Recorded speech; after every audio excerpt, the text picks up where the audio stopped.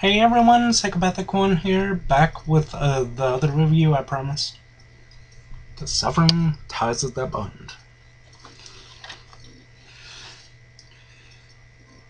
I may be one of the only few that like the sequel, but I do. My girlfriend likes it, and my girlfriend's brother likes it. So, yeah. For everything this one did perfectly, this one dropped it a few notches. This one you have a 2-weapon limit, where you can get 3 weapons if you use the Gonzo gun cheat.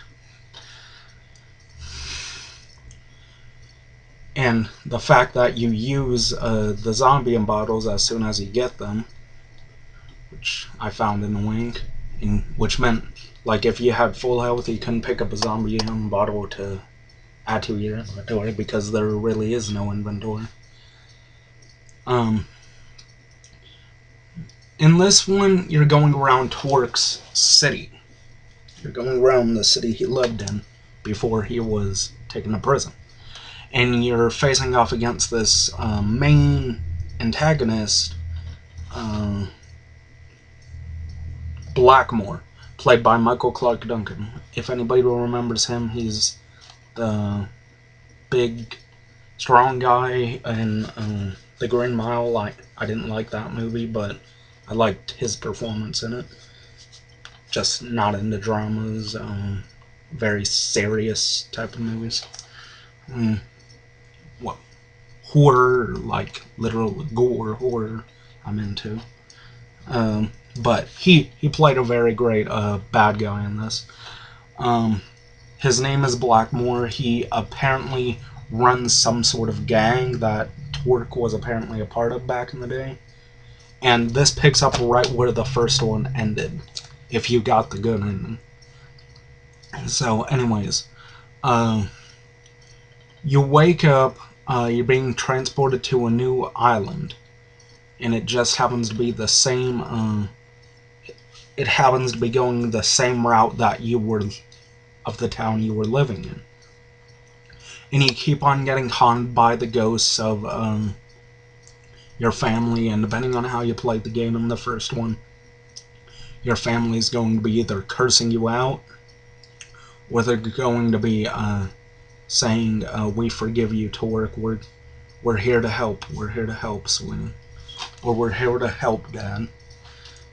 And the demons, this time around, whereas in this one, I didn't point on it in the Suffering review, the demons were based off of forms of execution in prison. These are based off of forms of execution on the streets. Like, that right there is a new enemy. He is a glutton. He's pretty much the equivalent of the, I call it the muck monster in the first one. The one that comes out of the ground and has the rats coming out of its stomach. Pretty much like that.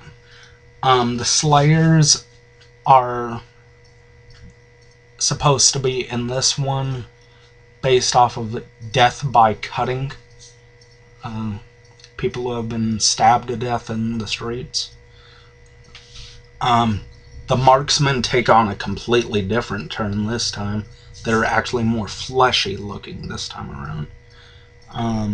They look like big globs of flesh filled with guns. They're pretty much death by gang violence. The Creeper, a take on Pimp devouring his hoes, literally. And you meet him a few times throughout the game, but you don't get to verse him. I really wanted to verse him, but you don't. Spoiler alert. Yes, this one will contain spoilers. I had trouble getting through this one. This game was a glitchy mess. Like, technically, this game is fine. Like, the graphics are fine, the look of the game is fine, but I'd go into a new area and the game would freeze, and then in the next area I wouldn't be able to see where I was going, even with the flashlight on. Like, literally, my screen was black. And when I went to when I went to my girlfriend's house, it did the same thing, and she saw it too. And sometimes when you pick up a gun, it will put you in this weird view where you can move, but you can't shoot or anything, and it has this really big buzzing sound, like, and it would stay there for like 5 minutes while you're just walking around trying to figure out how to turn it off. But other than that, the game is great. You've got this new character, you think she's a good guy, but you start to notice that she's not as nice as she seems to be. Rachel Griffiths, she plays the character Jordan. Jordan was a bitch to fight. She hid behind a turret, and she hid behind a helicopter. She hid in a helicopter that was attacking you. And you had to verse her and a whole bunch of other people while she's shooting at you, pulling off bullet after bullet after bullet from the turret, and I'm just like, come on! But I got through it. I killed her. So, yeah. This was not received well by critics when it came out, and I can see why, but at the same time, you gotta give it credit for what it did. It tried to do something different with the Suffering. It tried to make it more action-packed, which, yeah, it does kind of work, but it didn't go over the top like Resident Evil 6 did, which, I'll be honest, I thought Resident Evil 6 was alright. I thought it was decent, but it's got nothing on the original trilogy. Well, Resident Evil 4 kicks ass, but you know what I mean. You know what I mean, people. But anyways, Torque in this one can be both an asshole and a really good person, depending on how you're playing in this one. I couldn't help but play as the bad guy because I kept on using my monster mode continuously because I had to keep on going into rage mode on account of I was surrounded by so many monsters at once. In the first one, I didn't have that problem. And there are some monsters in this game that require you to be in the monster mode, or insanity mode, as they call it. I didn't explain it, but in the first game, you were introduced a mode called insanity mode. When you killed enough enemies, you got a little insanity meter to fill up. And when you pressed a certain button, you could turn into a monster, and you could obliterate anything on screen. In this one, you get upgrades for your monster mode. Depending on if you're doing more good deeds, you'll get good monster points. If you do more bad deeds, you'll get more claw type of abilities.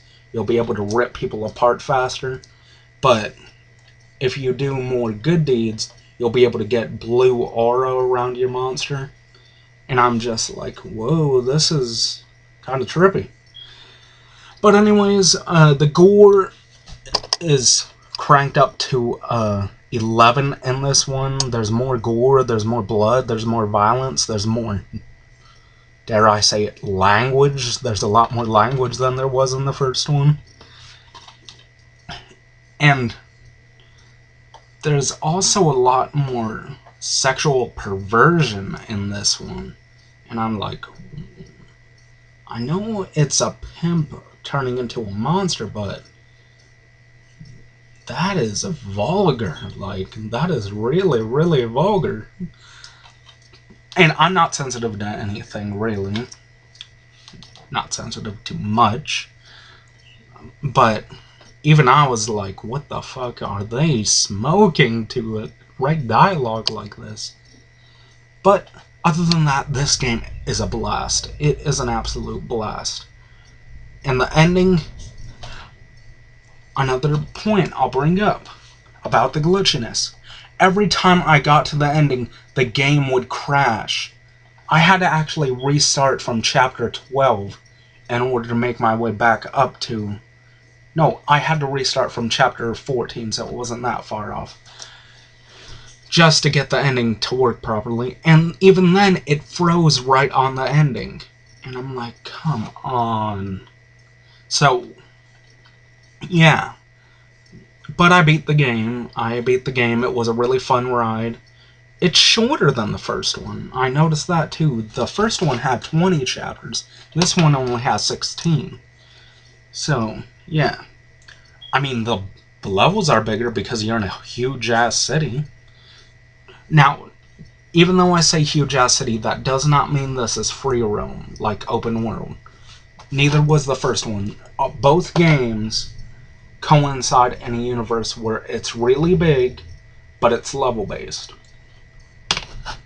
This one has bigger levels. This one has pretty big levels, so bigger levels compared to big levels. So you know what you're getting into when I say bigger levels. For those who haven't played this one and were put off by what the critics said, I say go ahead and play it. Give it a shot. Not as good as the first one, but not a train wreck either, like some people say. So that is my review over The Suffering Ties That Bind. Out of 10, I give it an 8 out of 10. Well worth the purchase. I paid the same price I paid for this one. I paid $2 for it, and I am happy I did because I had a blast with it. So, anyways, 8 out of 10, well worth it. I hope you all enjoyed my ramblings on about the Suffering series, for now. But anyways, I'll catch y'all later. This is Psychopath1c signing out. See you soon. Hopefully real soon. Hopefully I don't take forever and eternity to get back to doing YouTube. So, peace out. Hopefully you all have been enjoying my content that I've been putting out there for the past 7 years. Whew. 7 years I've been on YouTube. Wow. Where has the time gone? But anyways, check you later. Psychopath1c signing off. Peace.